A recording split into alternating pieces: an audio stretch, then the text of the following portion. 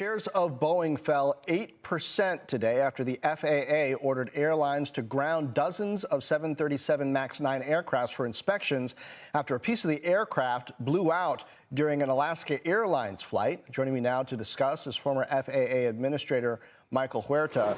Michael, thanks for joining. So last hour, we got this information from United about finding loose bolts on some of their planes that are grounded. I know it's still early, and I know we don't want to try to draw conclusions before these investigations have been completed. But what's your initial reaction here? Because for the flying public, this is scary stuff. Well, the incident that happened last Friday night was obviously very concerning. And I think the flight deck crew and the cabin crew did a great job of dealing with the emergency situation. I think that the FAA did exactly the right thing. They took very prompt and decisive action to ground the fleet because there was a concern about safety, and safety always has to come first.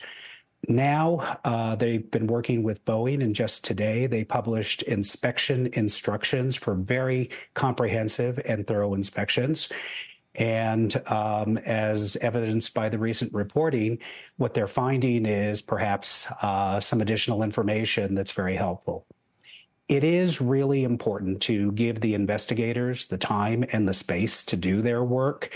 And based on that, I'm confident that once the inspections and the work are completed, that the FAA will do a very thorough evaluation before the aircraft is returned to flight. What's your recollection of a time when loose bolts has been an issue in the past, not being in this area and certainly not having insight into incidents and issues that don't reach the headline level? I'm just wondering how common that is. Well, this is a very rare event, but there have been reports of manufacturing defects in the past. And I think that that was why it was important for the FAA to mandate that these inspections take place to help identify what is the scope of the issue that's out there. Again, we're in early days in the investigation. One of the things that I learned when I was administrator was often what you hear early in an investigation is incomplete. In some instances, it might be wrong.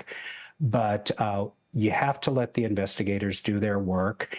And I'm quite confident that the NTSB, working with their partners at the FAA, will get to the bottom of this and will make some appropriate recommendations. If indeed this is a assembly issue, manufacturing issue, however we should put it, that's found here, what are the corrective measures that the FAA would put in place in a case like this? How do you find something like this before it's a problem in the future?